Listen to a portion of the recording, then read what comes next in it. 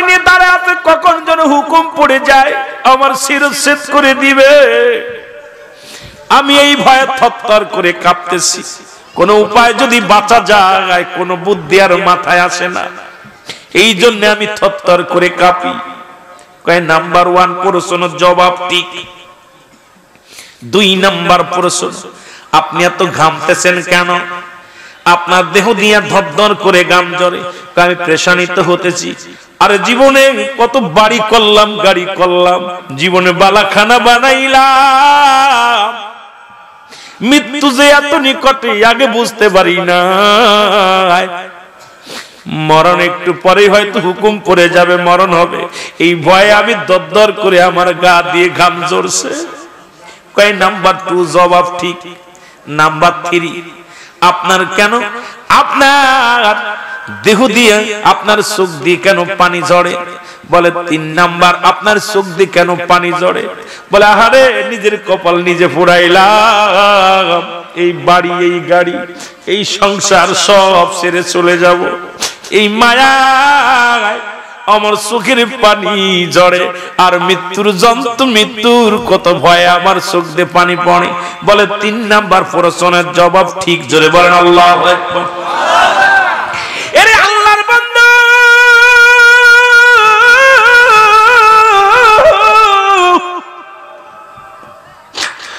ইব্রাহিম আদম আলেম সাহেব বলে হুজুর এই নেন আপনার সিংহাসন, আর লাগবে না। সারা জীবন একদিন আপনার মরণের ভয় আপনার চোখ দিয়ে পানি আসে নাই, মরণের ভয় একদিন আপনার গা কাঁপে নাই, মরণের ভয় একদিন আপনার জীবনে গা দিয়ে ঘাম ঝরে নাই। আজকে মিনিটের মধ্যেই আপনার অন্তর কাঁদছে, চোখ দিয়ে পানি বাইরে রয়েছে। এই নেন, আমি দেখলাম আপনার এই সম্পদেরই দোষ, আপনার কপালের দোষ না। আজকে সম্পদ পাইয়া আমার মওলার ভুলে গেলাম। এই লন আপনার সিংহাসন, আমি চাই না। সঙ্গে সঙ্গে ইব্রাহিম আদম কয় হুজুর, যে সিংহাসনে বসলে আমার মরণের ভয় জাগে না, যে সিংহাসনে বসলে আমার আল্লাহর ভয় জাগে না, যে সিংহাসনে বসলে আমার মরণের চিন্তা আসে না, আমি আর জীবনে একদিনও বসবো না। এ কোথায় রে আমার প্রজারা? এই নাও আমার চাবি, বাইতুল মালের চাবি নাও, যার যার সম্পদ লাগে নিয়ে যাও, বাড়ি নিয়ে যাও, গাড়ি নিয়ে যাও। আরে কিচ্ছু চাই না রে, ছেলে চাই না, মেয়ে চাই না, পরিবার পরিজন চাই না রে। আমি আর একটা দিন ওই গদির মধ্যে বসবো না, আমি ওই গদির মধ্যে বসতে চাই না। আমি ইব্রাহিম আদম আজ থেকে আমার ঠিকানা বানাইব জঙ্গলে। জোরে জোরে চিল্লা বলা যাবে না আল্লাহু আকবার। প্রজাদেরকে ডাকতে বলে, প্রজারা রে, আমার তোরা ক্ষমা করে দিস, আমার তোরা মাফ করে দিস। আমি আর জীবনে তোদের সাথে যত দুর্ব্যবহার করেছি, আমি তোদের কাছে ক্ষমা চাই। আমি মরণের চিন্তায় আমি দুনিয়া চাই না।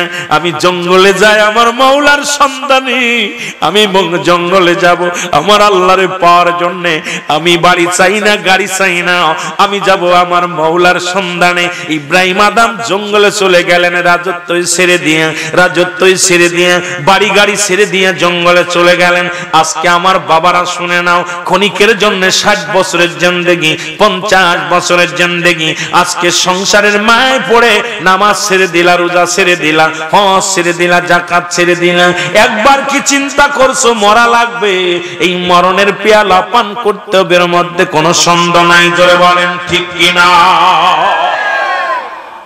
এই আমি চলে যাব, আমায় তোমরা ভুইলা যাইও না। আমি চলে যাব, আমার মরণ আসিবে কখন কেউ তো জানি না। আমার মরণ আসিবে, আরো জোরে বলেন, আমার মরণ আসিবে।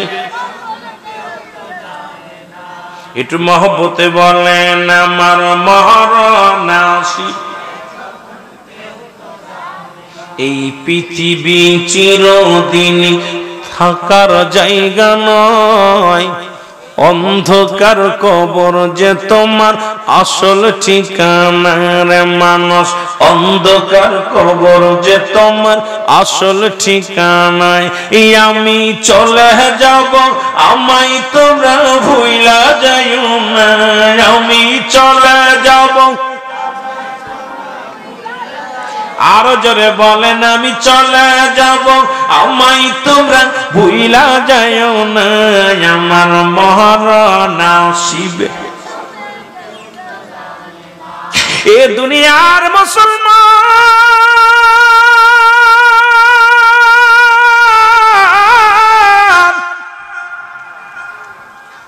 শুধু তাই নয় রে,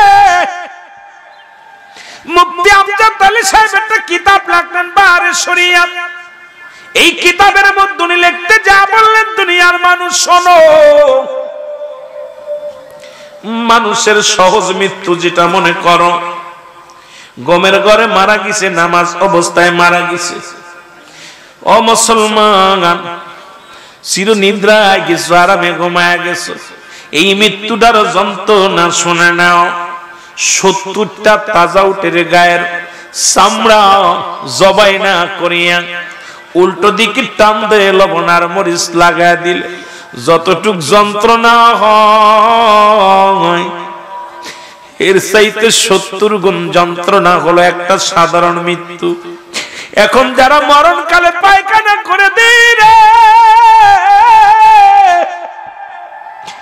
যারা মরণকালে প্রস্রাব করে দিই, মরণের সময় চোখ দুটি বড় বড় হয়ে যায়, মরণের সময় জিহ্বাটা বড় হয়ে যায়। কত জানাজা পড়াইলাম, কত মানুষের দাফন করাইলাম, কাফন পরাইলাম, কত মানুষের কিছুদিন আগে একটা জানাজায় গেলাম, দেখি রে বাবা জিহ্বাখানা এত বড় বাইর হয়ে গেছে। আমি নিজেই চেষ্টা করলাম জিহ্বাটা ঢুকায় দেওয়ার জন্য গালের ভিতরে, ঢুকাইতে পারলাম না। ওরে মৃত্যু যন্ত্রণা কত কষ্ট রে মুসলমান।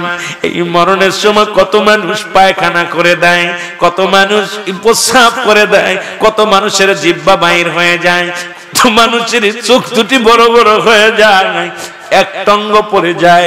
তাদের মৃত্যুটা কত কঠিন হয় রে বাবারা আমার।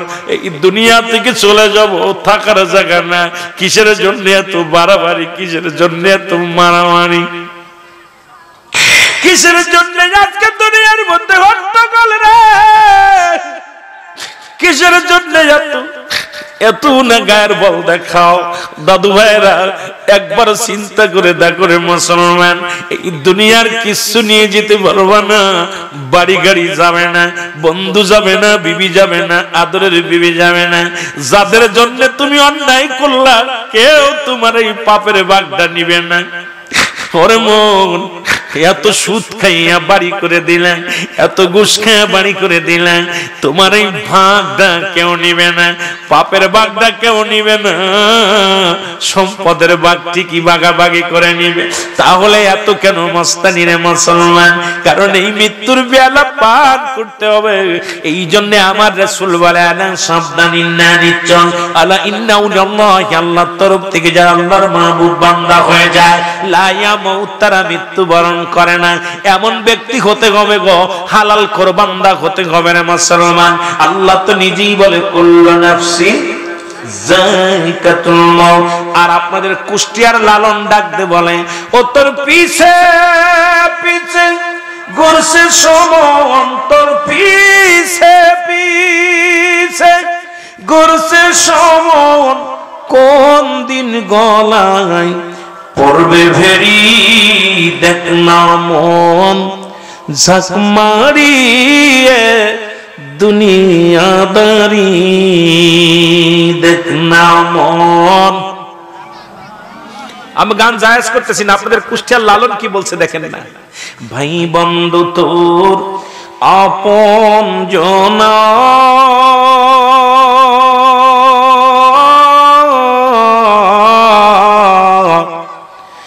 মরলে সঙ্গে কেউ যাবে না, মন তোমারি। ও সেদিন শূন্য হাতে একলা পথে, সেদিন শূন্য হাতে পথে দিবে তোমায় বিদায় করি দেখ না মন জাত মারিয়ে দুনিয়াদারি যাই করো আর তাই করো রে মন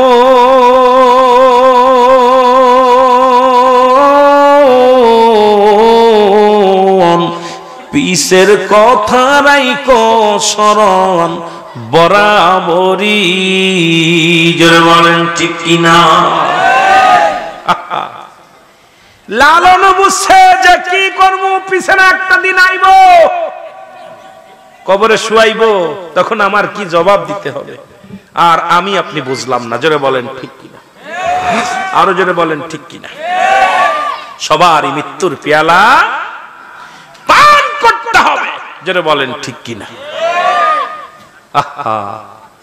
কেন ভয় নাই কেন অন্তর কাঁদে না কারণ আপনার দাদা ছিল সে বাস করেছে দাদার দাদা বাড়িতে ছিল সে চলে গেছে বাড়িওয়ালা বাড়ি ঠিকই আছে বাড়িওয়ালা নাই জোরে বলেন ঠিক কিনা বাড়ি ঠিকই আছে বাড়িওয়ালা নাই সুতরাং আমিও একদিন চলে যাব জোরে বলেন ঠিক কিনা আর সর্বশেষে বাড়িটাও চলে যাবে আল্লাহ বলেন কুল্লু মান আলাইহা ফান সব শেষ সব কথা কয় না শেষ এই যে কিছুক্ষণ পরেই মাহফিল শেষ হয়ে যাবে আমার আল্লাহ বলে এই জমিনটা পুরা তামা বানায় দিব জমিনের পানি পুরা ছাই বানায় দিব কিচ্ছু বলতে কিচ্ছু থাকবে না সেদিন থাকবো কে যারা বলেন কে আল্লাহ আল্লাহ বলেন আমি সেদিন থাকবো আমার নবীজির ভালোবাসা নিয়ে মারহাবা বলেন আরো জোরে তাহলে আমার এত আমার করতেছি কেন আজকে আমি রুহুল আমিন সিদ্দিকী যখন এসেছি আপনাদের এলাকায় তখন দাড়ি ওঠে নাই ইয়ং বয়স যখন আলেমে পড়ি 2004 সালে মনে হয় এসেছিলাম প্রথম 4-5 এসেছি তখন একদম ছোট মানুষ আপনাদের এলাকায় এসেছি আপনাদের সাথে কতই নদীতে গোসল পন্ত করছি আমি সাঁতরায়া আমার বাবারা আজকে আমি রুহুল আমিন সিদ্দিকী বয়স প্রায় 43-44 চলতেছি সুতরাং আর একটা দিন বাঁচবো আমার মন বলে না যে আর একদিন বাঁচবো কারণ যে সময়টা আমার চলে যাচ্ছে এই সময়টা আর ফিরে পাবো না তবে দেখেছি আজকে যে ভবানীপুরের মানুষ আমাকে অনেক ভালোবাসে এটা আমি আসার পর প্রমাণ করেছি যে আমার যুবক ভাইয়েরা আমার সাধারণ মুরব্বীরা সবাই যে আমাকে অত্যন্ত ভালোবাসেন আসার পর দেখি দলে দলে মানুষগুলো যেতেছে সবাই বলে রুহুল আমিন ভাই কতদিন দেখি না এই যে ভালোবাসা আর এই ভাই এই ভালোবাসাটা আল্লাহ যেন ইয়াউমাল কিয়ামতের ময়দানে সবার সাথে থাকে জোরে বলেন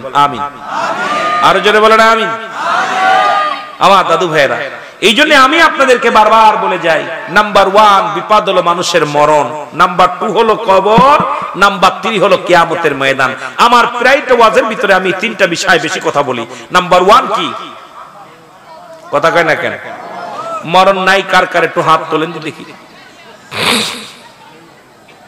আছে আপনাদের লালনও বলল মরণের কথা কিন্তু আপনাদের বাড়ির কাছে মুসলমান একজন নাম হচ্ছে আপনার সালমা খাতুন কি নাম ও একটা গান গাইছেন মরিয়া গিয়াছে বিয়ার সুয়ামী স্বপনে আইসে বানিয়া বন্ধুরে একটা মাদুলি বানায়া দে ঠিক কিনা কথা কয় না আমি গান জায়েজ করতেছি না কত বড় বিয়াদব যুবকদের বলতেছে মরিয়া গিয়াছে বিয়ার স্বামী স্বপনে এসে যুবকরা এই গানের নাম শুনে তোর মতো যুবকরা বিয়ে করার আগে মরার দোয়া করতেছে জোরে বলে ঠিক কিনা অথচ লালন সাধক বলতেছে তোর পিছে পিছে ঘুরছে সমন কোন দিন গলায় পড়বে ভেরি দেখ না মন ঝাক মারিয়ে দুনিয়াদারি তুই যে এত বাহাদুরি করতেছিস দুনিয়ার বালাখানা নিয়ে এত মস্তানি করতেছিস তুই কি একবার চিন্তা করছিস এই দুনিয়া ছেড়ে চলে যেতে হবে যেদিন কেউ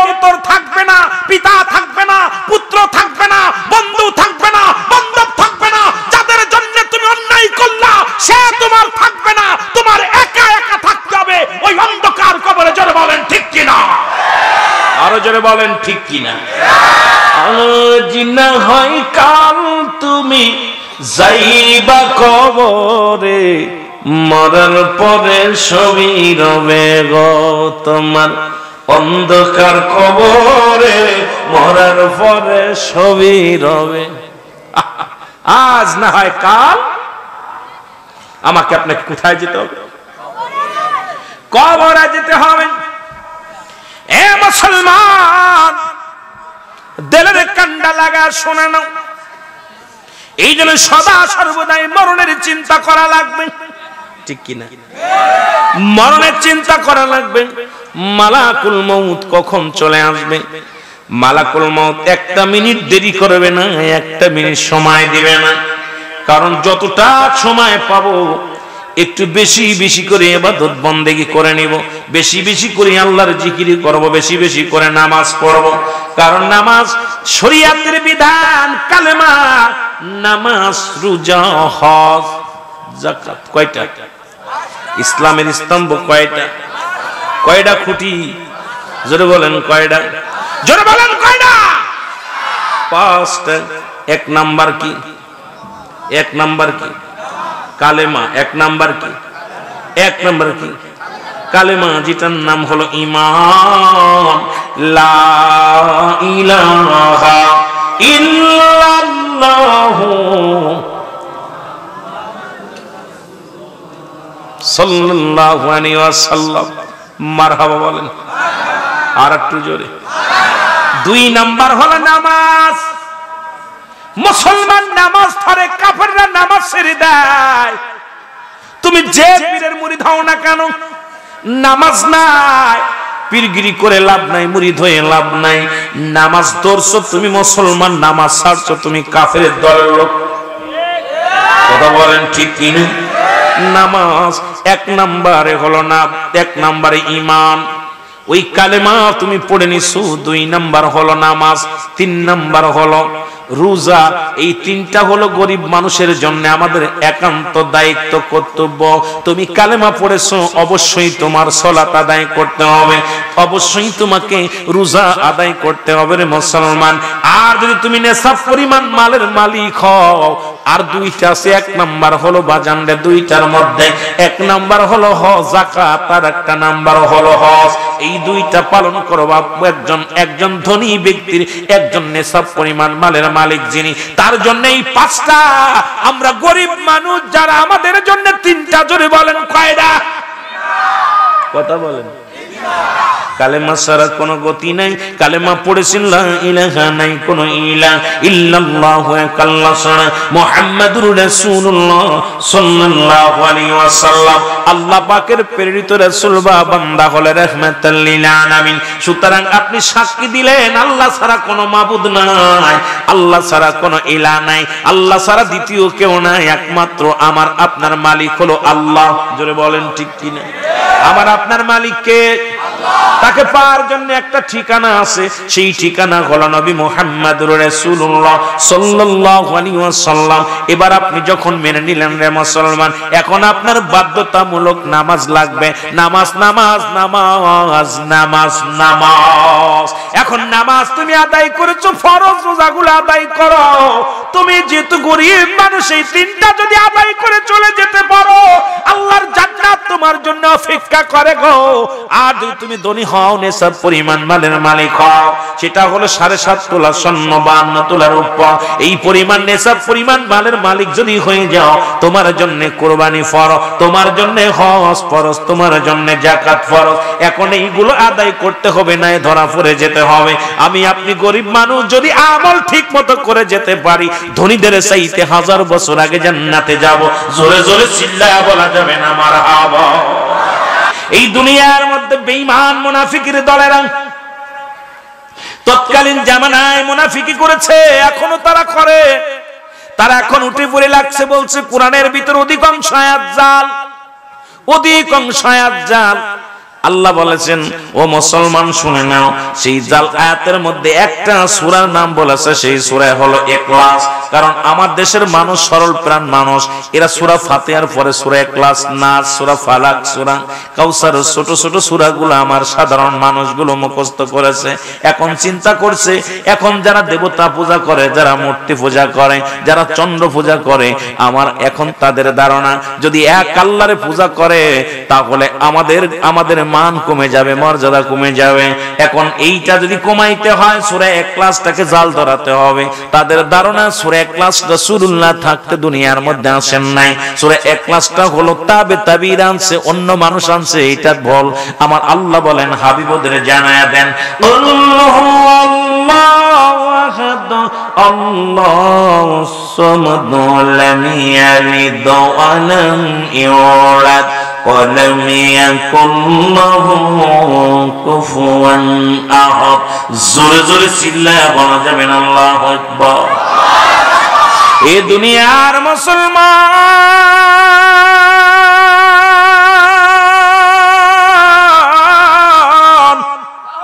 আল্লাহ বলে হাবিবদের জানা দাও আমি আল্লাহ এক, আমার কোন দ্বিতীয় নাই, আমার কোন শরীক নাই, আমার কোন প্রতিবেশী নাই, আমি আল্লাহ এক। ঠিক ঠিক কথা কন না কেন? আল্লাহ কয়জন? কয়জন? আরো আল্লাহ কয় হাবিবদের জানা দেন আমি আল্লাহ এক। আমি পৃথিবীর মধ্যে আমি কারো জন্ম দিই নাই, কারো থেকে জন্ম নিই নাই, সুতরাং ছেলেও নাই মেয়েও নাই, আমার বাবা নাই মা নাই, কারো থেকে জন্ম নিই নাই, কারোর জন্ম দিই নাই। আর আসমান জমিনের ভিতরে আমার সমকক্ষ, আমার তুলনা পৃথিবীর মধ্যে আর কেউ নাই। একমাত্র পূজা করব কার? আরো জোরে বলেন কার? ইয়্যাকা না'বুদু ওয়া ইয়্যাকা নাস্তাঈন। জোরে জোরে চিল্লায়া বলা যাবে না মারহাবা। আহা, আজকে যারা শুনছেন, আজকে যারা আল্লাহর বিধানকে অস্বীকার করে, আল্লাহর কোরআনকে অবমাননা করে, যারা অন্যকে যারা সিজদা করে, চন্দ্র পূজা করে, তারকা পূজা করে, মাটির মূর্তি বানায় পূজা করে, আমার আল্লাহ জানিয়ে দেয় হাবিবদের জানায়া দেন আমি এক। ওরা আমার অংশ বানাইয়া পূজা করতে চায়, আমি তো আমার কোনো অংশ নাই। মারহাবা বলেন না আরো জোরে। কষ্ট হচ্ছে আপনাদের? তাহলে আমরা কার? জোরে বলেন কার? আমার আল্লাহ রাব্বুল আলামিন প্রশংসা করে হযরত ইব্রাহিম আলাইহিস সালামের। মারহাবা বলেন। আমার ইব্রাহিম বড় আমার আশিক, আমার পাগল, আমার ইব্রাহিম আমার জন্য ইশকে দেওয়ানা।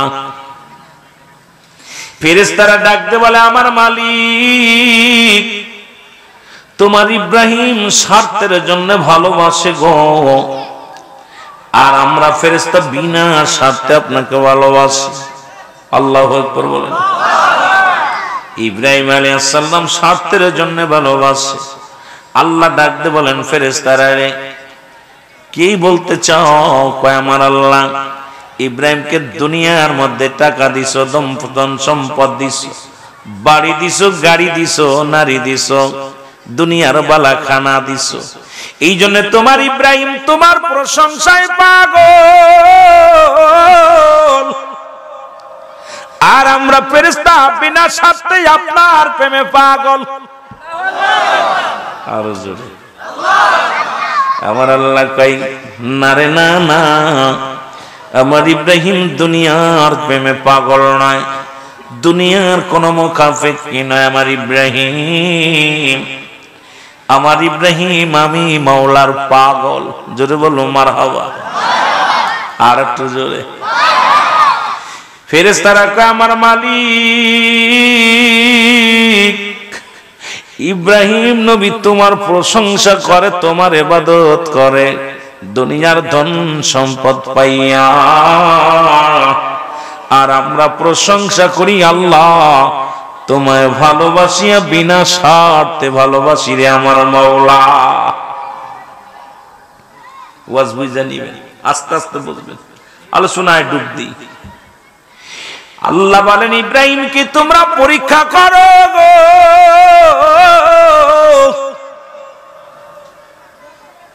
এখন ফেরেশতা কয় মালিক গো যদি পরীক্ষা করি ইব্রাহিম পরাজয় মানবে, এই দুনিয়ার জন্য তোমারে ভালোবাসে, দুনিয়ার বালাখানের জন্য ভালোবাসে, দুনিয়ার ধন সম্পদের জন্য ভালোবাসে। আল্লাহ বলেন ফেরেশতারা রে যাও আমার ইব্রাহিমের পরীক্ষা নাও। দেখো ইব্রাহিম আলাইহিস সালাম আমার পাগল না দুনিয়ার পাগল। আজকে আমরা দুনিয়ার পিছে ঘুরছি রে। এই রে মানুষ শুধু ঘুমার শুধু বেহুশ দুনিয়ার পিছে, কোন দিন জন যাবি মায়া সে রে। এই রে মানুষ শুধু বেহুশ দুনিয়ার পিছে, কোন দিন জন যাবি দুনিয়া সে রে। হায় হায় কোন দিন জন যাবি দুনিয়া সে রে। ধন দৌলত বাড়ি গাড়ি সবই রবে পড়ে, আজরাইল আসবে যেদিন, আরে আজরাইল আসবে যেদিন যাবি এ দেশে রে। হায় হায় যাবি এ দেশে রে। আর মানুষ শুধু বেহুশ, আর মানুষ শুধুই বেহুশ দুনিয়ার পিছে। জোরে বলেন ঠিক কিনা? আর একটু জোরে জোরে চিল্লায় বলেন আল্লাহ। এই দুনিয়ার পিছে যারা আমরা ঘুরলাম, এই দুনিয়ার নবীজি বলছে বালহুয়া কেলাব, এই দুনিয়াটা হলো একটা পচা দুর্গন্ধ মরি। মানুষের চরিত্র হলো কুকুরের চরিত্র। কুকুরের ভিতরে যে খাসলাত গুলো আছে মানুষের ভিতরে সেইগুলো ভর করেছে। কুকুর একটা হিংস্র প্রাণী, মানুষ এখন হিংসুটে হয়ে গেছে। কুকুর একটা আত্মসারকারী প্রাণী, মানুষ এইগুলো ভিতরে এসে গেছে। মুসলমান কার জন্য সুদ খাও, কার জন্য ঘুষ খাও, কার জন্য ব্যভিচার করো, কার জন্য অন্যায় করো। এই দুনিয়া তো চিরস্থায়ী নয়, ক্ষণস্থায়ী। আপনার আমার জানার দরকার, বোঝার দরকার। এই দুনিয়ার মায়া ছেড়ে চলে যাব, থাকার জায়গা না। জোরে বলেন ঠিক কিনা? এর ফেরেশতা জিবরিল আমিন মানুষের সুরত ধরে ইব্রাহিম আলাইহিস সালামের বাড়ি ডাঙ্গিনা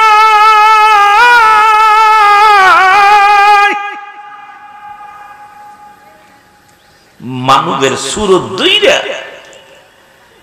ফেরেশতা ইব্রাহিম আলাইহিস সালামের ঘরের সামনে জিকির করতেছে, সুবহানাল্লাহ আলহামদুলিল্লাহ লা ইলাহা। জোরে বলেন সুবহানাল্লাহ লা ইলাহা। আমার দাদু ভাইরা গভীর মনোযোগ। ইব্রাহিম আলাইহিস সালাম ভিতর থেকে আওয়াজ শুনে একটা দড়ি আছে, জিকির শুনে দাঁড়ায়া দাঁড়ায়া আল্লাহর হাবিব যাকে খলিলুল্লাহ উপাধি দিছে আমার আল্লাহ, মারহাবা বলেন না, বন্ধু বানায়া দিছে গো। ইব্রাহিম আলাইহিস সালাম জিকির শুনে দাঁড়ায়া গেছে। এখন প্রতীক জিকির বন্ধ করে দিছে, জিবরিল আমিন প্রতীক সেজে আছে। ইব্রাহিম আলাইহিস সালাম ডাক দে বলে, প্রতীক তুমি আমার মাওলার জিকির কেন বন্ধ করলা? তুমি আমার আল্লাহ জিকির কেন বন্ধ করলা? জিকির করো। ওরে আমি ইব্রাহিম জিকির ছাড়া কিচ্ছু ভালো লাগে না রে। আমি যত জিকির শুনি তত কলিজা জোড়া যায়। প্রতীক রে জিকির কর, জিকির কর, আমার মাওলার জিকির কর।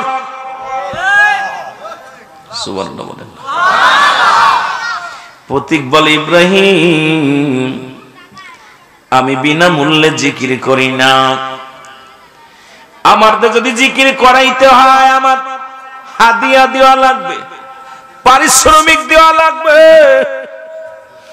যদি তুমি পারিশ্রমিক না দাও আমি জিকির করব না। ইব্রাহিম আলাইহিস সালাম কয়, প্রতীক তুমি কি পারিশ্রমিক চাও? পথিক বলে হুজুর আপনার অনেক বকরি আছে, অনেক ছাগল আছে, দুম্বা আছে, এই খামারগুলো যদি আমারে দিয়া দেন তাহলে আমি মাওলার জিকির শোনাবো।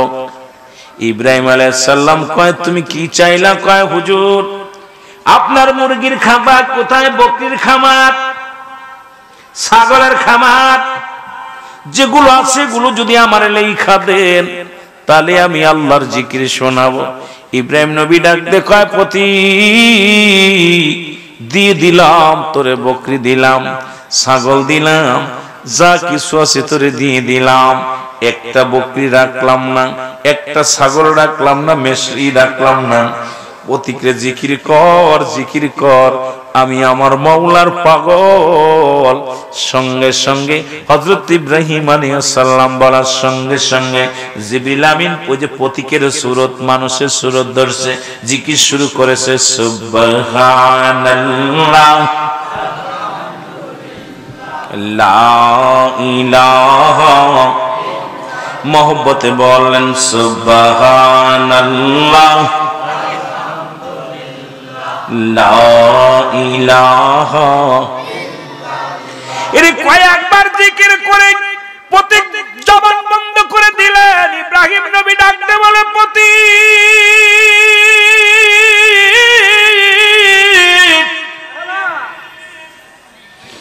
তুমি আল্লাহর জিকির বন্ধ করে দিলে,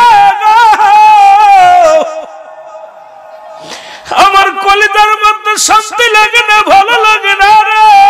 জিকির কর, জিকির কর, আমার আল্লাহর প্রশংসা কর, জোরে বলেন মারহাবা। পথিক বলে হুজুর আমি বিনা পারিশ্রমিকে জিকির করব না, বিনা পারিশ্রমিকে আমি জিকির করব না। বলে পথিকরে তুমি যা চাইলা দিয়ে দিলাম। কই হুজুর এর বিনিময়ে আমিও জিকির শোনাইলাম, আরো পারিশ্রমিক দিবেন, তারপরে জিকির শোনাবো। ইব্রাহিম আলাইহিস সালাম ডাকতে বলে পথিকরে তুমি আর কি চাও? আপনার মেষের খামার, মেষ এবং গরু যেগুলো আছে এগুলো আমাকে দিয়ে দিতে হবে। যদি আপনি দিয়া দেন তাহলে আপনাকে বিনিময়ে জিকির শোনাবো। ইব্রাহিম আলাইহিস সালাম বলে আমি রাজি না, আমি তোমাকে দিয়ে দিলাম, তবু আমার মাওলার জিকির শোনাও, জোরে বলেন মারহাবা। জিকির শুরু হয়ে গেছে সুবহানাল্লাহ আলহামদুলিল্লাহ লা ইলাহা, বলেন সুবহানাল্লাহ লা ইলাহা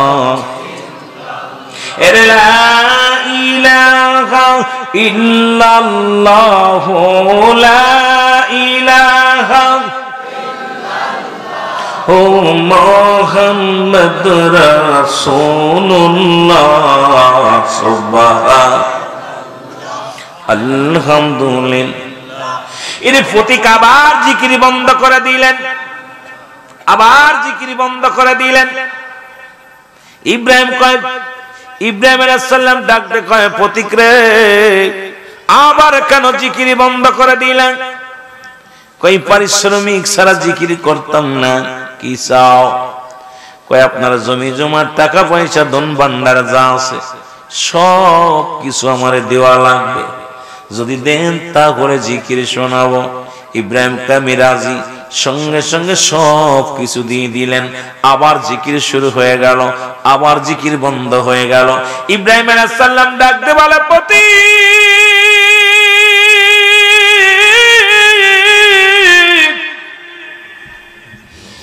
তুমি যা চাইলা সব কিছু আমি দিয়ে দিলাম, তুমি জিকির কেন বন্ধ করলা?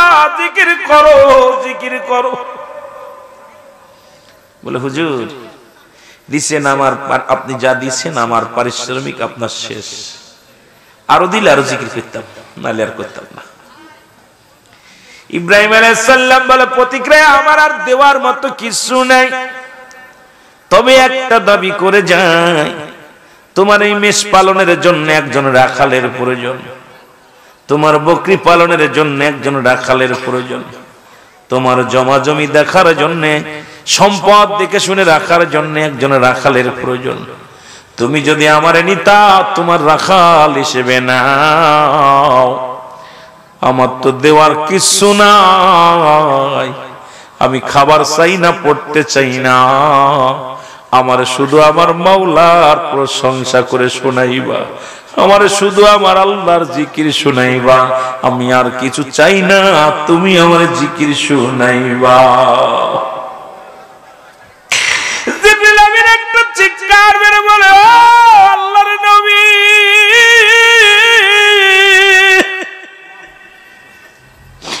আসলে আমি কোন মানব নয়, আমি কোন প্রতীক নয়,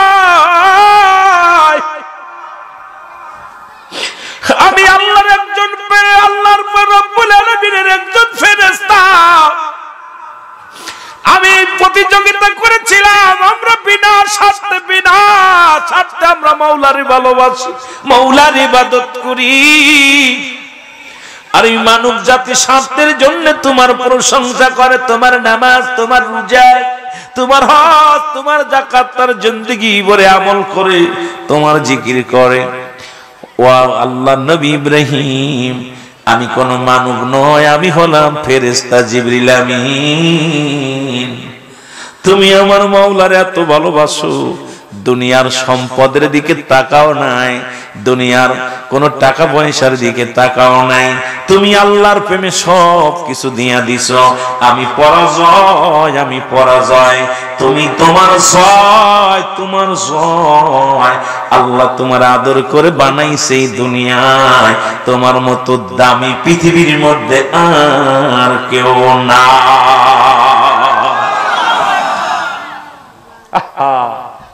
সেই মানুষ সমস্ত মাখলুকাতের ভিতরে শ্রেষ্ঠ মাখলুকাত হলো আশরাফুল মাখলুকাত, ঠিক কি না? যদি বলেন ঠিক কি না? কষ্ট হচ্ছে আপনাদের? আগেই বলেছি বা বেশি কষ্ট দিব না, আমি আপনাদেরকে বেশি কষ্ট দিব না, আমি অল্প বুঝাইবো। আমি আগেই বলছি আমি জ্ঞানী না, তবে যেটুকু বুঝাইবো এই জ্ঞান দ্বারা ছোট্ট বেশি বুঝাই বেশি, এমন চাপ দিব না যা দ্বারা আপনাদের ব্রেনে ঢুকবে না। কথা বুঝেন নাই? তাহলে আমরা বুঝতে পারলাম আজকের এই গজল ওয়াজের ময়দানে গজল না গা ভালো বাবা, ওয়াজ করে তো শেষ করতে পারি না। কথা বুঝেন? মাঝে মাঝে চিন্তা করি, ওই যখন রাত বেশি দেয়, 2টা, 2:30, 3টার দিক যখন মাইক দেয়, তখন মাঝে মাঝে একটু সঙ্গীত টঙ্গীত গায়, মানুষজন জাগাইতে হয়। আর ওয়াজের ময়দানে আয়া যদি গজল গায়, তাহলে বেটা ওয়াজ করতি না, ওয়াজ নাম দিছি, তুই নাম দিতি নাচ সাত, কথা বলে কি ঠিক কিনা? এগুলো নাম দিতি। তো মাঝে মাঝে যুবকরা চায় দি, তবে ভাল লাগে না, বয়স হয়ে গেছে এখন আর ভাল লাগে না, অনেক গাইছি জীবনে, আর মন চায় না, তবুও মাঝে মাঝে ওই যুবকদের একটু দিই, কারণ যুবকরাও তো তাকায় থাকে একটু কিছু নেওয়ার জন্য। আমার বাবারা, পৃথিবীর শ্রেষ্ঠ মাখলুকাত হলো এই মানব জাতি। জোরে বলেন মারহাবা, আরো জোরে। ইয়াদর করিয়া মানুষ আল্লাহ বানাইয়া, বলেন আদর করিয়া মানুষ আল্লাহ বানাই, কেমনে দিবা জাহান্নামে ফেলিয়া, বলেন কেমনে জাহান্নামে। একটু মহব্বতে বলেন আদর করিয়া মানুষ আল্লাহ বানাই, কেমনে দিবা জাহান্নামে। সকলে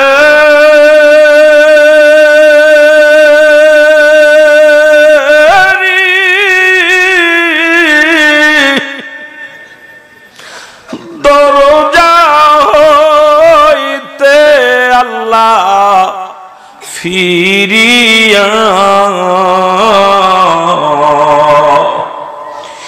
মাহফিলে কান্দি গো বসিয়া বলে না দর করিয়া মানুষ আল্লাহ বানাই কেমনে দিবা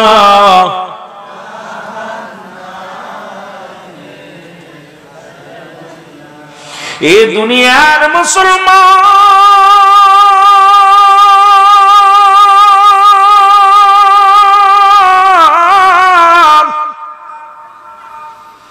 কত আদর করে আমার আল্লাহ বানাইলো তোরে একবার চিন্তা করে দেখ রে ভাই পৃথিবীটা যেমনি বানাইলো আমার আল্লাহ এমনি আপনারে বানাই নাই আমারে বানাই নাই জমিনটা যেমনি বানাইছে আমার আল্লাহ এমনি আমারে বানাই নাই এই পৃথিবীর মধ্যে পাহাড় যেমনি বানাইলো এমনি তোমারে বানাই নাই পশু পাখি যেমনি বানাইছে এমনি তোমারে বানাই নাই ঠিক কি না কথা বল পাহাড় বানান নাই জমিন বানান নাই আসমান বানান নাই আল্লাহ পাক আমাকে আপনাকে বানাইছি দুনিয়ার মধ্যে আশরাফুল মাখলুকাত আল্লাহ কয় বান্দারে এই দুনিয়ার মধ্যে তোরে বানাইলাম আমার কুদরতি হাত মোবারক দিয়া জোরে বলেন মারহাবা এই মানুষের কত দাম এই জন্য ফেরেশতা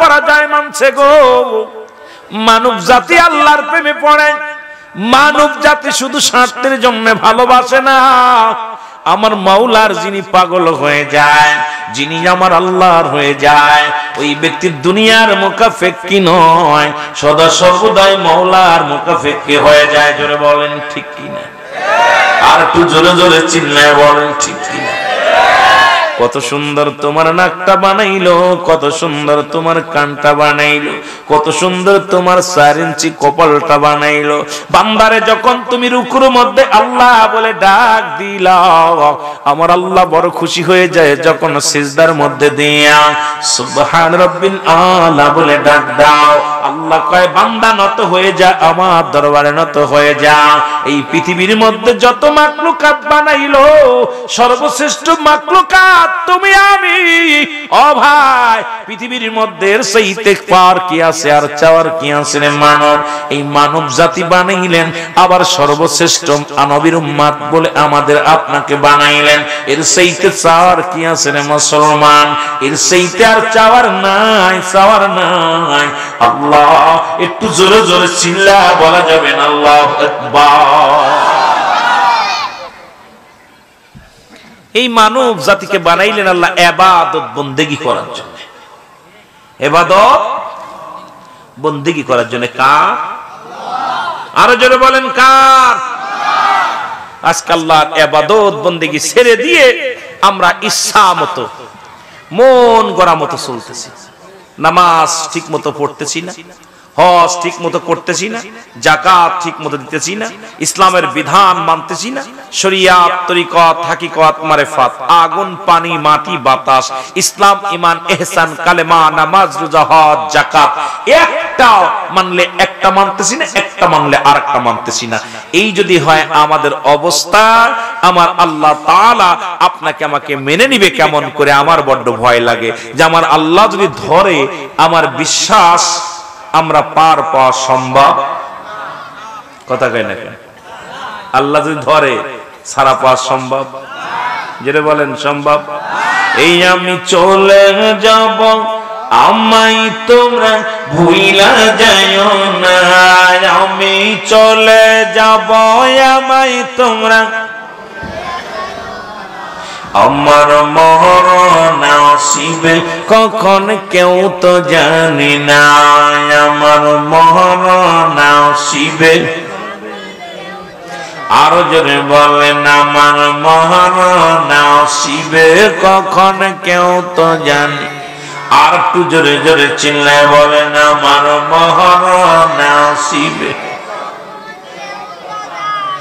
এই আমি চলে যাব আমায় তোমরা ভুইলা যাও না আমি চলে যাব আমার মরণ আসিবে কখন কেউ তো জানি না। আমার বাবারা একটু সাউন্ড বাড়া।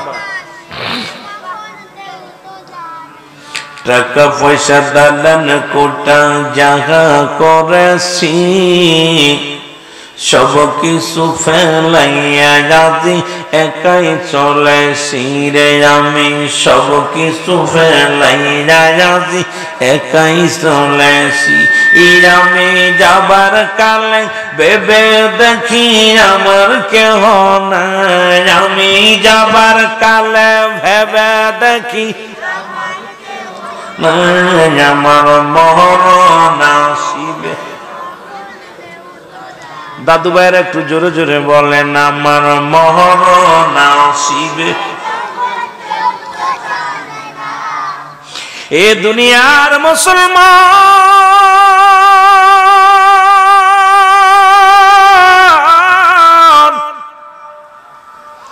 পৃথিবীর মধ্যে একটা আসার সিরিয়াল আছে যার কোন সিরিয়াল নেই, কি ঠিক কিনা?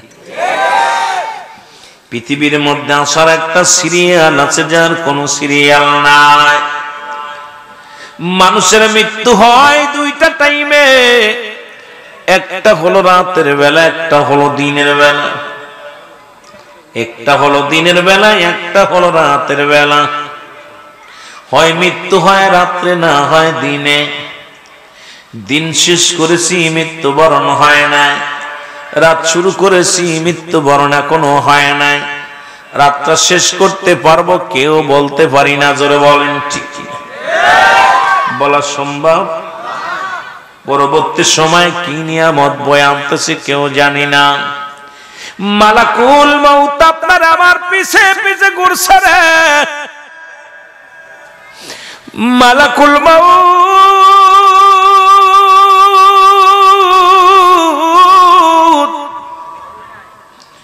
আজকে মউত মউত মউত মউত, মরণের চিন্তা আমার নাই, আপনার নাই। যদি মরণের চিন্তা থাকতো এই দুনিয়ার মধ্যে হট্টগোল করতে পারতাম না। মরণের চিন্তা কারোর থাকলে সুদ ঘুষ খাওয়া সম্ভব হতো না। মরণের চিন্তা থাকলে অন্যায় করতে পারতো না। মরণের চিন্তা থাকলে নামাজ ছাড়তে পারতো না।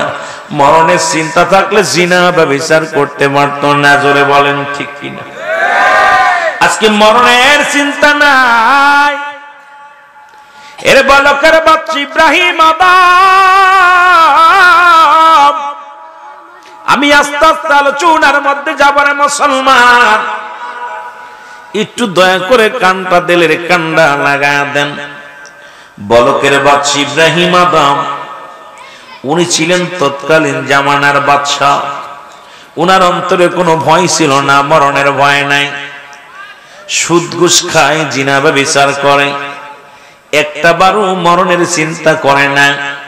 আল্লাহ তাকে একটা সতী সাথী নারী দান করেছিল, এবং মহিলাটা এত সুন্দর একটা, অনেক মা বোন এসেছেন, অনেক মায়ের স্বামী গাঁজাখোর মদখোর ইয়াবাখোর, সারাদিন বলে কান্দে, আল্লাহ তুমি আমার স্বামীকে হেদায়েত দান করো, আমার স্বামীর সুপথে ফেরায় দাও, আমার স্বামীর দ্বীনের পথে ফেরায় দাও, আমার স্বামীর ঈমান তাজা করে দাও।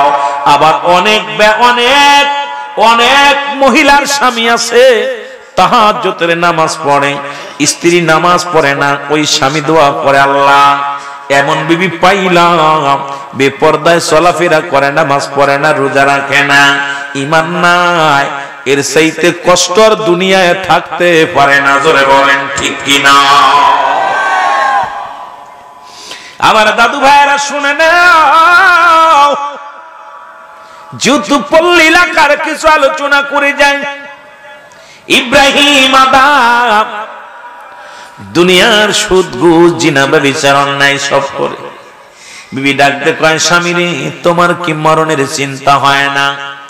তোমার কি একবার অন্তরের মধ্যে মরণের ভয় জাগে না? এই দুনিয়া ছেড়ে চলে যেতে হবে, একবার কি চিন্তা করো না রে স্বামী? স্ত্রী অনেক বুঝায়, কিন্তু স্বামী কোনো কথা শোনে না। প্রজাদেরকে কষ্ট দেয়, প্রজাদের চোখের পানি ঝরায়, প্রজারা না খেয়ে থাকলে খুশি হয়, প্রজারা কষ্ট পেলে বাজান বলকের বাদশা ইব্রাহিম বেশি খুশি হয়। জোরে জোরে চিল্লায় বলা যাবে না আল্লাহু আকবার। বলকের বাদশা ইব্রাহিমের বিবি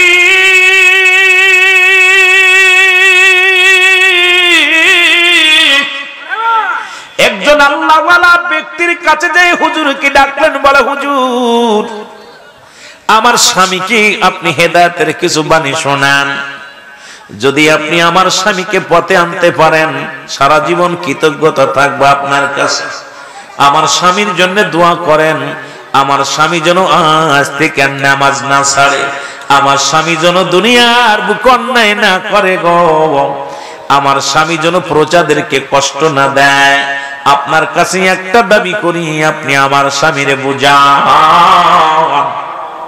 হুজুর এসে বালকের বাচ্চা ইব্রাহিম আদমকে জিজ্ঞাসা, ইব্রাহিম আদম তুমি সারা জীবন এই দুনিয়ার মধ্যে বেঁচে থাকবে না, এই দুনিয়ার মাঝে চলে যেতে হবে।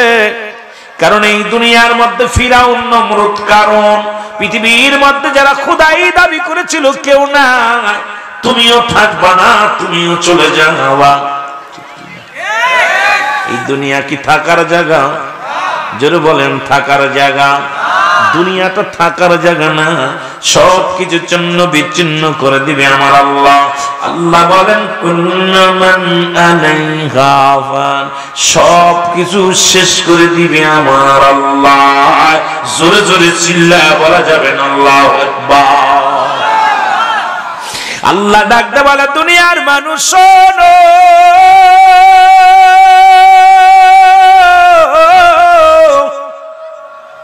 এই জমিনটা আমি রাখবো না, জমিনটা আমি পুরা তামা বানায়া দিব। এই জমিনের পানিগুলো আমি আল্লাহ পুড়ায়া ছাই বানায়া দিব। এই পৃথিবীর মধ্যে কিচ্ছু বলতে কিচ্ছু যেদিন রাখবো না, সেদিন থাকবো শুধু আমি আল্লাহ। কে থাকবে? জোরে বলেন কে থাকবে? গোলামি করব কার? জোরে বলেন কার? দাসত্ব করব কার? এই দুনিয়ার সব কিছু ছেড়ে চলে যেতে হবে, এই দুনিয়ার কিচ্ছু থাকবে না, সব চন্ন বিচ্ছিন্ন করে দিবে আমার আল্লাহ। সুতরাং বুঝতে হবে রে বাবা, কার জন্য পাহাড় গোছাও, কার জন্য দালান করো, কার জন্য বাড়ি করো, সুদ খাইয়া ঘুষ খাইয়া জিনা ব্যভিচার অন্যায় করে মানুষকে কষ্ট দিলে রে মুসলমান, কিচ্ছু নিয়ে যেতে পারবা না। দুনিয়ার সম্পদ খাইব লোকে, মানুষের দেহ খাইব পোকে। তুমি এত কষ্ট করলা, এত চুরি করে 2 নাম্বারি করে সম্পদের পাহাড় করলা, সব কিছু খাবে লোকে, তোমার বডি খানা খাবে পোকে। ঠিক কি না? বডি খাবে কিসে? পোকায় খাবে বডি খানা, সম্পদ খাবে লোকে। সুতরাং তুমি কার জন্য অন্যায় করো, কার মাথায় বাড়ি দাও, কাউকে তুমি কষ্ট দিও না, সবকিছু চন্ন বিচ্ছিন্ন করে দিবে আমার আল্লাহ। জোরে জোরে চিল্লায় বলা যাবে না মারহাবা। সব কিছু শেষ করে দিবে কে? আল্লাহ। আর একটু জোরে বলেন কে? আল্লাহ। কার জন্য এত কিছু করতেছেন? কিছু নিয়ে যেতে পারবে? হয়তো 2 দিন আগে নাই 2 দিন পরে চলে যেতে হবে দুনিয়া ছেড়ে। জোরে বলেন ঠিক কিনা? দুনিয়া ছেড়ে চলে যেতে হবে, থাকার জায়গা না, এই পৃথিবীটা থাকার জায়গা না। আমার ভাইরা, আমার বন্ধুরা, আমার হুজুর এসে ডাকতে বলে ইব্রাহিম আদম, বলকার বাদশা ইব্রাহিম আদম,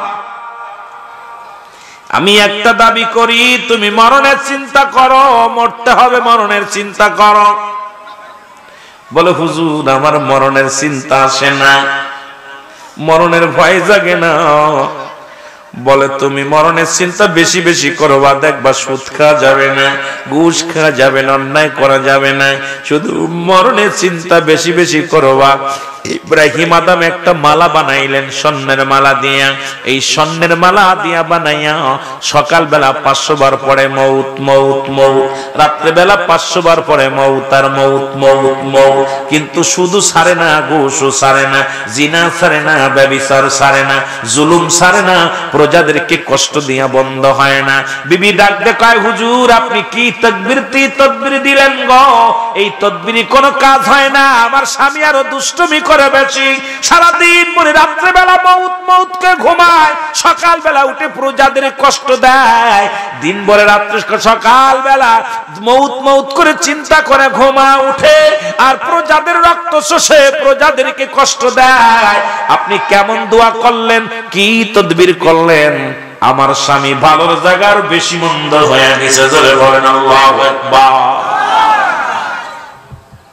ওয়াজটা একটু খেয়াল করেন, বলকের বাদশা ইব্রাহিমের ওয়াজটা, যেহেতু ইব্রাহিম আলাইহিস সালামের ওয়াজ কইয়া আবার বলকের বাদশার কাছে চলে আসি। ওই একই নিয়মে, নাম ঠিক আছে, একজন হলো রাসূলের সাহাবী, আরেকজন আরেক দেশের প্রেসিডেন্ট। আল্লাহু আকবার বলেন আরো জোরে। এখন হুজুর চিন্তা করে, মৌতের চিন্তা করলে সে তো সুদ খেতে পারে না, ঘুষ খেতে পারে না, জিনা ব্যভিচার অন্যায় তো করতে পারে না, কারণ মরণের চিন্তা যার অন্তরে ঢুকছে সে তো অন্যায় অপরাধ করতে পারে না। বৈশা ডাকছে, হুজুর বেয়াদবি মাফ করবেন, আপনার মৌতের চিন্তা করে না, আমার মৌতের চিন্তা আসে না, আপনি এত কষ্ট দেন প্রজাদেরকে, আমি একটু আপনাকে পরীক্ষা করতে চাই। পরীক্ষা হলো এই রাজ সিংহাসনটা ছেড়ে দিতে হবে, দেখবো আপনার ওই চেয়ারেরই দোষ না আপনার কপালের দোষ, এই দুইটা পরীক্ষা হবে। যদি আপনার কপালের দোষ হয় তাহলে আপনার আর মরণের চিন্তা আপনার কখনো আসবে না, আর যদি চেয়ারের দোষ হয়, গদির ভিতরে একটা, এটা একটা গদি, একটা নরম, এটা পাইলে দেখবেন মেম্বার চেয়ারম্যান যখন হয় এর একটা দাপট খাটায়। জোরে বলেন ঠিক কিনা? দাপট খাটায় না? মনে রাখবেন ভালো করে, ওয়াজটা ভালো করে খেয়াল করবেন। এখন ইব্রাহিম আদম রে হুজুর বলতেছে, দেখা যাক আপনি গদি যদি না, যে কপালের দোষ নাকি আপনার চেয়ারের দোষ, আপনি আমার 3টা দিন আমারে প্রধানমন্ত্রী বানান, আপনি সাধারণ পাবলিক হন, দেখি আপনার ভিতরে মরার চিন্তা আসে কিনা। আল্লাহু আকবার বলেন আরো জোরে। এখন উজির কয়, হুজুর খবরদার, হুজুরের চেয়ার বিশ্বাস করা যাবে না, বিশ্বাস করলে ক্ষমতা কেড়ে নিবে। যেমন আমার দেশে ফখরুদ্দিন একবার 2 সরকারের জেলে ঢুকাইছিল। জোরে বলেন ঠিক কিনা? উনার কাছে দিল যে আপনি একটা নিরপেক্ষ নির্বাচন দিবেন, উনি দেখলো 3 মাসের জায়গা 6 মাস 9 মাস নিয়ে গেছে। জোরে বলেন ঠিক কিনা? মুরগি দিছে বর্গা কার কাছে? হিয়ালের কাছে। কথা কোন কার কাছে? হিয়ালের কাছে। কথা বুঝছেন? ওয়াজ কিন্তু ভালো করে শুনেন, আমি আমার মন গড়া ওয়াজ করতেছি না, কথাগুলো খেয়াল করবেন। এখন বলে হুজুরদের বিশ্বাস করা যাবে না। উজির বলে, হুজুররা যদি বিশ্বাস করেন সর্বনাশ, ওই গদির মধ্যে যদি একবার বসে আর জীবনেও ছাড়বে না। কথা বুঝেন? জীবন যায় যাক, ছাড়া যাবে না।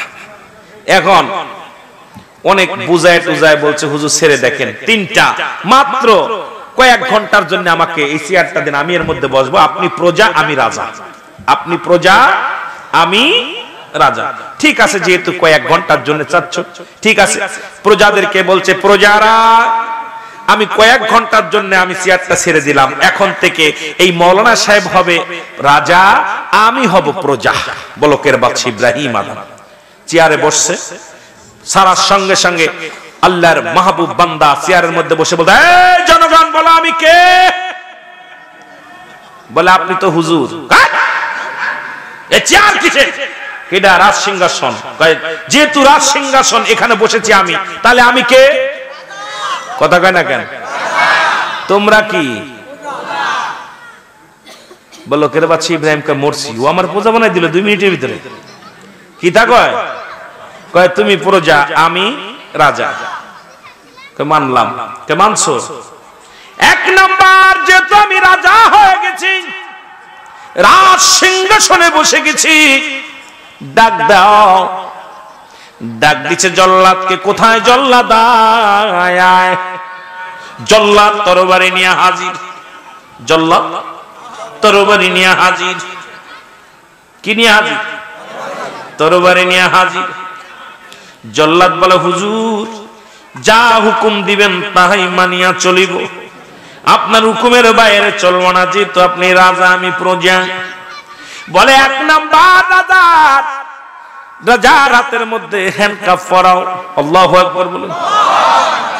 উজির কয় সর্বনাশ, যার হুকুমে এক ঘাটের পানি আর এক ঘাটে খায় নাই, এদার হুকুম নড়ে নাই, কোনদিন হাকিম নড়ে হুকুম নড়ে নাই, আজকে তার হাতে হ্যান্ডকাফ পরাইবো কেমনে? এটা সম্ভব নয়। কয় আমি রাজা, শুনছনি, হুকুম যদি অমান্য করো শিরচ্ছেদ করা হবে, জলদি করে গ্রেফতার করো। তাড়াতাড়ি গ্রেফতার করা হলো। ইব্রাহিম আদম কয় হুজুর কথা তো এটা ছিল না। কয় কোনো কথা না, চুপ, যা করবো আমি ফকরত দিই। কথা বুঝলেন না? আমি ফকরত দিই, দুইটারে জেলে ডুবাইবো। জোরে কর ঠিক কি না? আমি যেটা করবো এটাই হবে। কথা কন, কথা কন। আমার দেশে ফেতনা তো উনি বাধাই দিয়ে গেছে, ঠিক কি না? ফেতনা উনি দেখাইছে যে এইটার নরম গদি ফাইলে আর ছাড়তে চায় না। জোরে কন ঠিক কি না? রাগ করতেছেন? আমি কারোর বিরোধিতা করতে আসি না, কারণ আমি কোনো দলও করি না, কোনো দল করি না। আমি নিরপেক্ষ কথা বলি, শুধু বোঝানোর জন্য। আমি মৃত্যুর যন্ত্রণা, মৃত্যুর কথা বলতে যে আমি কথাটা বলতেছি যে আমাদের মৌতের চিন্তা থাকলে কোন ব্যক্তি সুদ, ঘুষ, জিনা, ব্যভিচার, গদির চিন্তা করে না। আরে দুদিনের জন্য, কারণ যারা খোদাই দাবি করেছিল নমরুদ, ফেরাউন, তাদেরকে আল্লাহ নিয়ে গেছেন। আল্লাহ সাতটাই ছেড়ে দেয় না। জোরে বলেন ঠিক কিনা? নামাজ, রোজা, হজ, যাকাত এগুলো আমাদের মানতে হবে। জোরে বলেন ঠিক কিনা? আমার ভাইরা, আমার বন্ধুরা, আমার ডাকতে বলে উজির,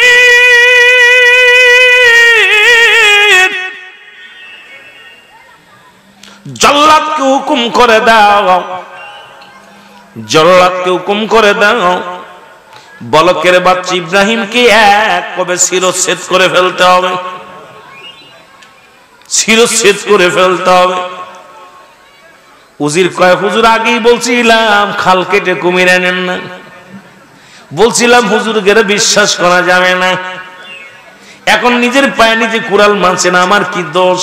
হুকুম দিছে আপনার রশি পরাইছে হাতের মধ্যে, এখন হুকুম দিছে তরবারি তো ধরতেই হবে, নাই তো আমার গর্দান যাবে, নাই তো আমার গর্দান যাবে। বলকের বাচ্চা ইব্রাহিম আদম থরথর করে কাঁপা শুরু করে আল্লাহ, জীবনে কত মানুষের হুকুম দিয়া হত্যা করলাম, কত নির্দোষীরে জেলে ভরিয়া তার ফাঁসির হুকুম দিয়ে দিলাম, কত অসহায় মানুষের চিরতরে বিদায় করে দিলাম, পৃথিবীর মধ্যে কত মানুষের চোখের পানি জড়াইলাম, কত হত্যাকাণ্ড করলাম, কত জিনা ব্যভিচার করলাম, আজকে নিজের পায়ে নিজেই কুড়াল লাগাইলাম। মৃত্যু এত কঠিন, আজকে নিজের মৃত্যু নিজে দেখা লাগছে। এখন আমার জল্লাদ এসে গলার মধ্যে ছুরি লাগা দিবে, আমি কোন উপায় কি বাঁচতে পারি? পেরেশানিতে হইয়া থরথর করে কাঁপে, আর দরদর করে ঘাম ঝরে, আর ঝরঝর করে চোখ দিয়া পানি পড়ে। জোরে বলেন আল্লাহু আকবার। ইব্রাহিম আদম থরথর করে কাঁপতেছে, ঝরঝর করে চোখের পানিগুলো ঝরতেছে, দরদর করে ঘাম ঝরতেছে। বলকের বাচ্চা কাঁপতেছে এইভাবে। হুজুর বলতেছে এই বাচ্চা, এই উজির দাঁড়াও। দাঁড়াইছে, দাঁড়াও, দাঁড়াইছে।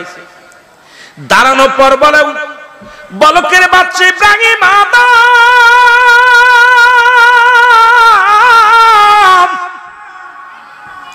আজকে আমি আপনাকে তিনটা প্রশ্ন করব গো, তিনটা প্রশ্নের উত্তর যদি দিতে পারেন আপনার মৃত্যুদণ্ড থেকে বাঁচতে পারবেন। তিনটা প্রশ্নের উত্তর যদি দিতে পারেন আপনি দেহ আপনার বাঁচতে পারবে, রাজত্বই ফিরে পাবেন, রাজ সিংহাসন ফিরে পাবেন, এমনকি আপনার মৃত্যুদণ্ড থেকে আপনি বাঁচতে পারবেন। জোরে বলেন আল্লাহু আকবার। এই সামনে যারা দাঁড়ায় আছেন ভিতরে চলে আসেন, দাঁড়ায় থাকবেন না, চলে আসেন, এক পাশে সরেন, ওই এক পাশে সরে দাঁড়ান না, আলিশ চলে আসেন ভিতরে। এই ভাই কয়জন দাঁড়ায় আছেন? রাকিব ভাই নাকি না? আপনারা এক পাশে চলে আসেন, একটু মহব্বত দুরূদ পড়েন।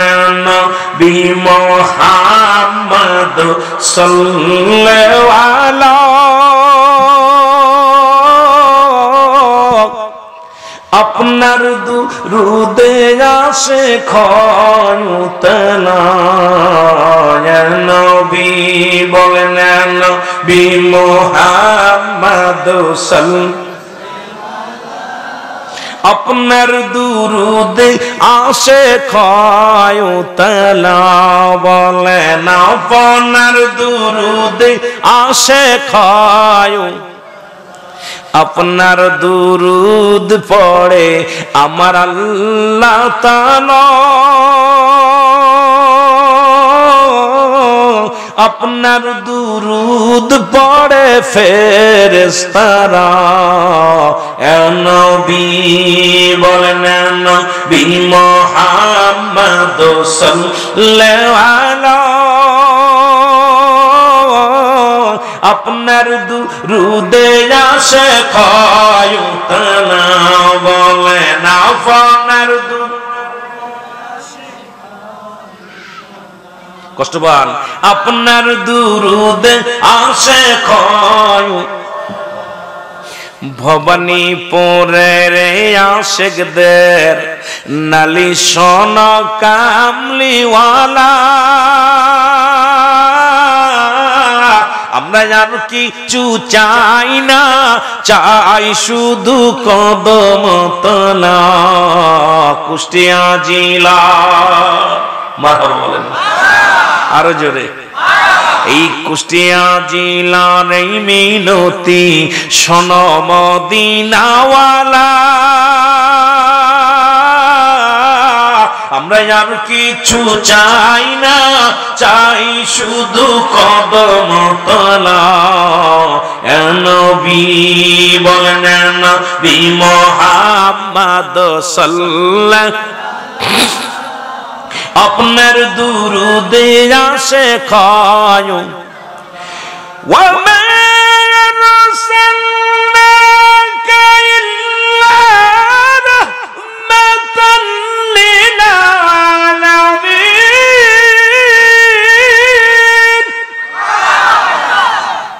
নবী হলো রাহমাতাল লিল আলামিন, আল্লাহ হলো রব্বুল আলামিন। জোরে বলো মারহাবা। আওয়াজ কম হয়, আওয়াজ ইমানদারের আওয়াজ তো এরকম হবে। যারা বেশি শিক্ষিত তারা তোর আওয়াজ শুনবো না, সাধারণ আমার মতো যারা অদম তারা একটু কথা শুনবো। জোরে কোন ঠিক কিনা? জ্ঞানী মানুষ তার জান্নাতের বাগান আইতো না, যারা পাস করছে তারা তারাই স্কুলে ভর্তি হইতো না। কথা কইতে নিবা। আমরা যারা মূর্খ সূক্ষ্ম মানুষ এরা একটু আল্লাহ দিনের কথা শুনি। আর বড় লোকরা ওয়াজে বেশি বসে, বড় লোকরা দেখবেন ওরা জান্নাত কিনে নেয়। মাঝে মাঝে যখন জান্নাত বেচে কিনা হয় 5 লাখ 6 লাখ 7 লাখ টাকা দিয়া কয় জান্নাতের একবার কিনে নেয়। জোরে কোন ঠিক কিনা? আছেন এরকম বড় লোকরা? আসেনি? কয় আমি এই মসজিদে 10 লাখ দিলাম, মাদ্রাসায় 10 লাখ দিলাম।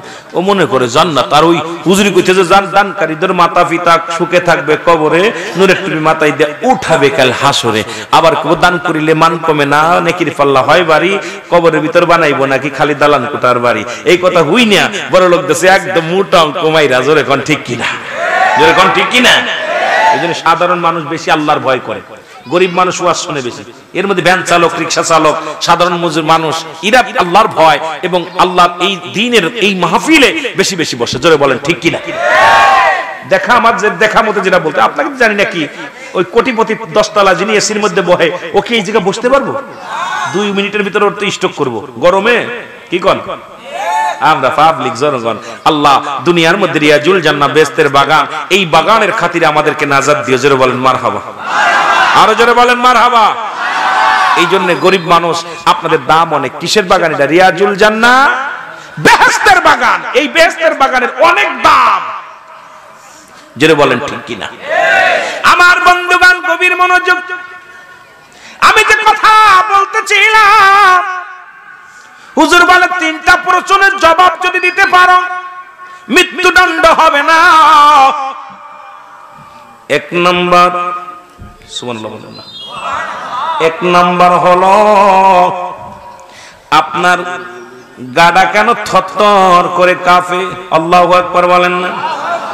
এক নাম্বার, গাডা কেন থরথর ডাকতে বলে, হুজুর মৃত্যু যে এত নিকটে, তরবারিটা আমার সামনে ধরেছেন, ওই তরবারি দেখে আমার মৃত্যুর ভয় অন্তরে জাগছে। ইসলাম, ঈমান, ইহসান, কালেমা, নামাজ, রোজা, হজ, যাকাত, আগুন, পানি, মাটি, বাতাস, শরীয়ত, তরিকত, হাকিকত, মারিফত। সুবহানাল্লাহ বলেন। আরো জোরে, আরো জোরে। তাহলে আমি আপনি এক নম্বরই আমি কবুল করেছি, কালেমা পড়েছি। কালেমা যখন পড়েছি, আমি যখনই আমার উপরে ফরজ হয়ে গেছে নামাজ, তখনই আমার আদায় করা লাগবে। জোরে বলেন ঠিক কি? আরো জোরে বলেন। নামাজ আমি আদায় করেছি, নামাজ সময় মতো, ওক্তীয় মতো নামাজ আদায় করতে হবে। নবীজি বলছেন, যদি কোনো ব্যক্তি সময় মতো, ওক্তীয় মতো সালাত আদায় করে, আমি নবী তার সঙ্গে করে জান্নাতে নিয়ে যাব। আরো জোরে বলেন, আরো জোরে বলেন। তাহলে নামাজ দরকার আছে কি না? না নামাজ না পড়ে নবীর সাথে যাবেন? কথা কন। অনেকে কয় নামাজ পড়ি আর না পড়ি ইমান ঠিক আছে। কথা কয় না কেন? বাট পাড্ডার ধরে দেশ থেকে একবার পিঠ বিতাড়িত করতে হইব। জোরে বলেন ঠিক কি না? নামাজই জান নাই তার ইমান আইতে কই? নামাজ সমস্ত খারাপ কাজ থেকে বাঁচায়।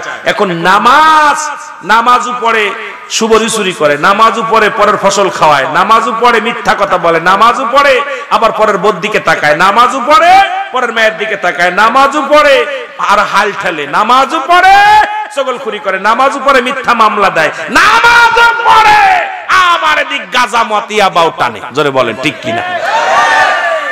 আছে না এরকম? কথা কয় না কেন? তাহলে নামাজ সমস্ত খারাপ কাজ থেকে বাঁচায় যদি, তাহলে নামাজ যদি পড়ি আর এইগুলো করি, তাহলে বোঝা গেল আমার নামাজ, কথা কয় না কেন, নামাজ হচ্ছে না। নামাজ সমস্ত খারাপ কাজ থেকে বাঁচায়। আপনার নামাজ যে আল্লাহর দরবারে কবুল হয়েছে আপনি নিজেই বুঝতে পারবেন। যখনই আপনার নামাজ কবুল হয়ে যাবে, আপনি মরতে রাজি, একটা মিথ্যা বলতে রাজি না।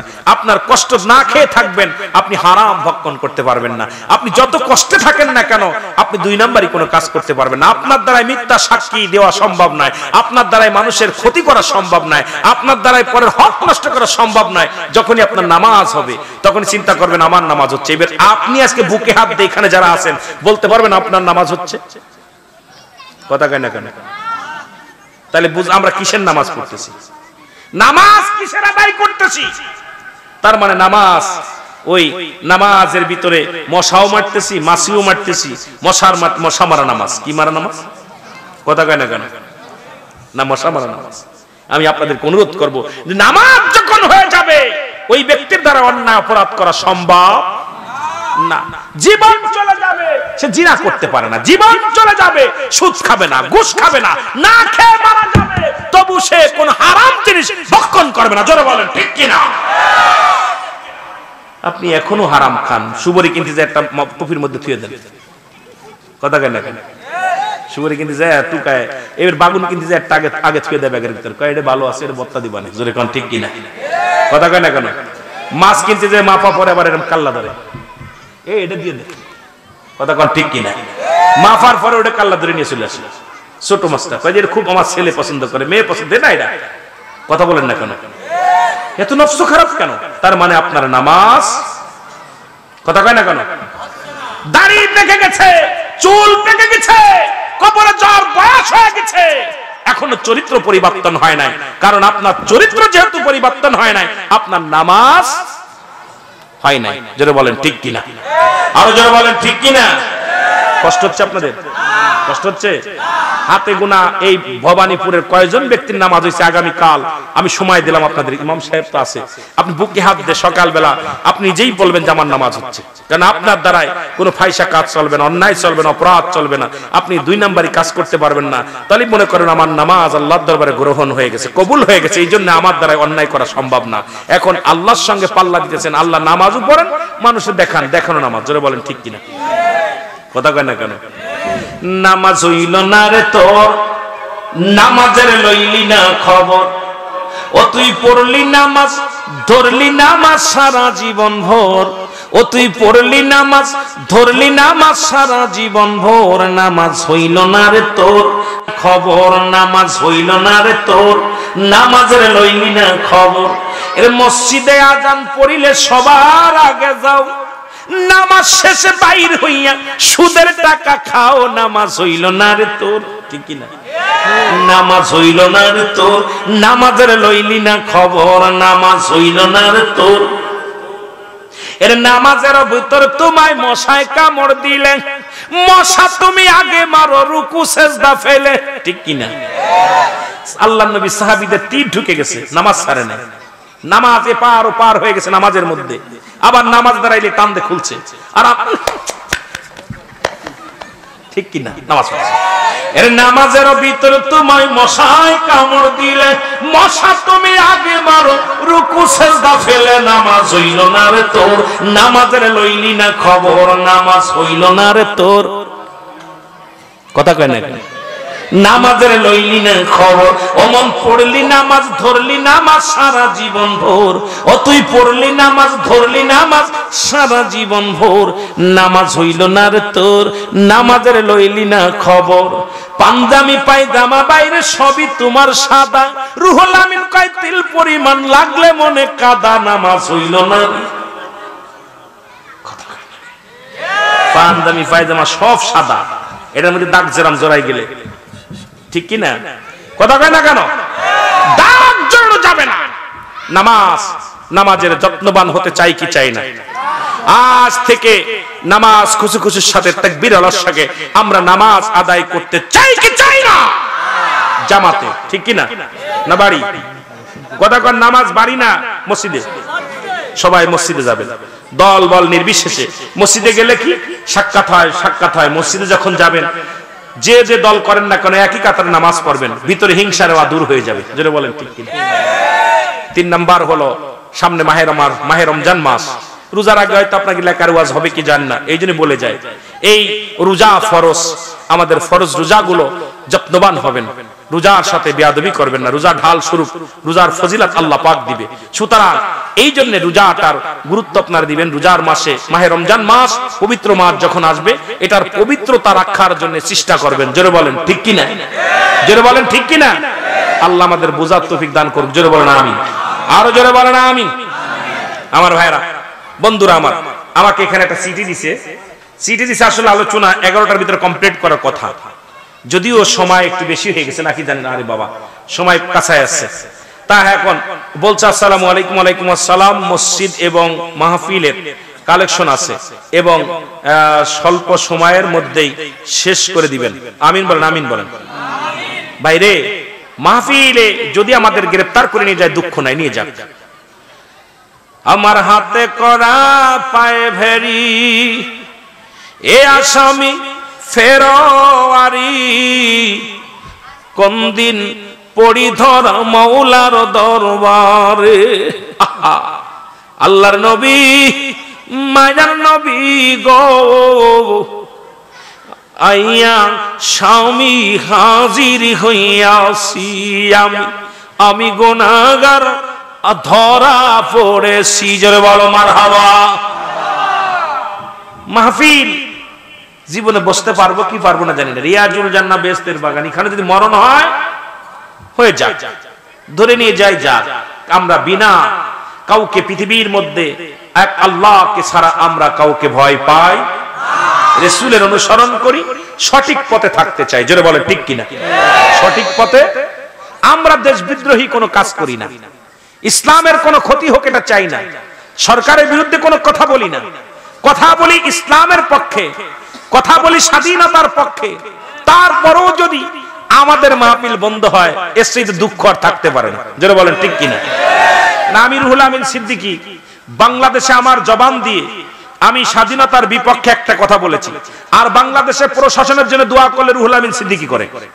যতগুলো দোয়া আছে প্রশাসনের ভাইরা, এগুলো বাড়িতে কান লাগায় হনবা। আমি রুহুল আমিন সিদ্দিকী তোমাদের জন্য কি পরিমাণ দোয়া করি, কারণ তোমরা আমাদের জন্য, জাতির জন্য রাস্তাঘাটে আমাদেরকে পাহারা দাও। আমরা যখন রাস্তায় যাই আমাদের জন্য তোমরা হাতিয়ার হয়ে থাকো, এই জন্য তোমাদের জন্য আমরা দোয়া করি। এই জন্য আমাদের মাহফিল বন্ধ করবা, ক্ষতির মধ্যে নিজেরাই পড়ে যাবা। যারা বলেন ঠিক কিনা? ভালো করে শুনে রাখেন, কারণ আমরা কাউকে উস্কানিমূলক কথা বলি না, কাউকে আঘাত করি না, কাউকে কষ্ট দিই না, ইসলামের বিধান অনুযায়ী আলোচনা করি, ইসলামের কোরআন হাদিস ইজমা কিয়াস দিয়ে কথা বলি। কারণ কাউকে কষ্ট দেওয়ার জন্য আমি বক্তা হইনি। হেদায়েতের মালিক আল্লাহ, হেদায়েতের মালিক নবীজি না, হেদায়েতের মালিক কোন পীর সাহেব না। হেদায়েতের মালিক যদি পীর সাহেব হতো, হেদায়েতের মালিক যদি মৌলভী হতো, হেদায়েতের মালিক যদি নবীজি হতো, তাহলে আবু জেহেল কালেমা পড়ে মুসলমান হতো। জোরে বলেন ঠিক কিনা? আমাকে বলার দায়িত্ব দিয়েছে, হেদায়েতের দায়িত্ব আমার নয়। এই জন্য আমি কাউকে আঘাত করতে রাজি নই, আমি সত্য কথাগুলো বলে যাই। হেদায়েতের মালিক আল্লাহ, মানা না মানার ব্যাপার আপনাদের এবং আল্লাহ পাক ভালো জানে কে হেদায়েত হবে কে হবে না। জোরে বলেন ঠিক কিনা? আমি যদি বলি সব মানুষ হেদায়েত করে ফেলেছি, আমার মতো বুকা, আমার মতো গদ্দপ, আমার মতো বিয়াদব আর কেউ নাই। জোরে বলেন ঠিক কিনা? এই দায়িত্ব আমার দেয়নি, আমাকে দিচ্ছে বলার দায়িত্ব। হেদায়েতের দায়িত্ব কার হাতে? জোরে বলেন। আমাদের দেশে অনেক পীর সাহেব হেদায়েতের মালিক নিয়ে এনেছে, অনেক মৌলবী নিয়ে এনেছে। হেদায়েতের দায়িত্ব কার হাতে? আল্লাহর হাতে। বলার দায়িত্ব আপনার। তো সুতরাং এই মসজিদ এবং মাহফিলের জন্য যদি কোনো দরদি বান্দা অল্প সময়ের মধ্যে দিতে চান, আমি আগেই বলেছি যতগুলো আলোচনা আছে আমি দেশের জন্য, স্বাধীনতার পক্ষে, মুক্তিযোদ্ধার পক্ষে কথা বলি। কারণ আমি আমলিক করি না, কিন্তু আল্লাহর কসম আমি আমলিক করি না, বিএনপি করি না, জামাত করি না। আমার একটা পরিচয় বিশ্ব জাকির মঞ্জিল কর্মী গ্রুপের একজন সদস্য, আটটাশি হুজুরের মুরিদ। আমি কোন দলের ভিতরে নাই, কোন বংশের ভিতরে না, আমার সবাই সমান। কারণ আমি বাংলাদেশে জন্মগ্রহণ করেছি, বাংলার প্রতিটা নাগরিকের জন্য দোয়া করি। বাংলার মাটি আমার, আমি তাকে সম্মান করি, ইজ্জত করি। বাংলার জমিনে যত নরনারী আছে সবার জন্য দোয়া করি, আল্লাহ সবাইকে ভালো রাখুক, সুস্থ রাখুক। এটাই আমার চাওয়া, এটাই আমার পাওয়া। জোরে বলেন ঠিক কিনা? কে কি ভাবলো, কে কি করলো, আমার কিচ্ছু যায় আসে না। কথা বুঝেন না? আমি কোন দলের সঙ্গে জড়িত নয়। যেহেতু একটা পার্টি করতাম, জাকের পার্টি, আমি সেটাও আপনি রেজাল্ট পত্র দিয়া আমি অব্যাহত নিয়েছি যে আমি কোন পার্টির মধ্যে নাই। আমি যতদিন থাকবো, আমি বাংলার জমিনে সবার জন্য আমি যেন সমান থাকতে পারি, আমি যেন কাউকে কষ্ট না দিই, কারণ আমার কথায় যেন কেউ ব্যথা না পায়, আমার ব্যবহারের জন্য কেউ কষ্ট না পায়। আমি যেন আমার রাসূলের আদর্শ, ওলি আল্লাহদের আদর্শ, ইসলামের বিধান মেনে চলতে পারি। আল্লাহ যেন সেই পথে চলার তৌফিক দান করে। জোরে বলুন আমিন। আরো জোরে বলেন আমিন।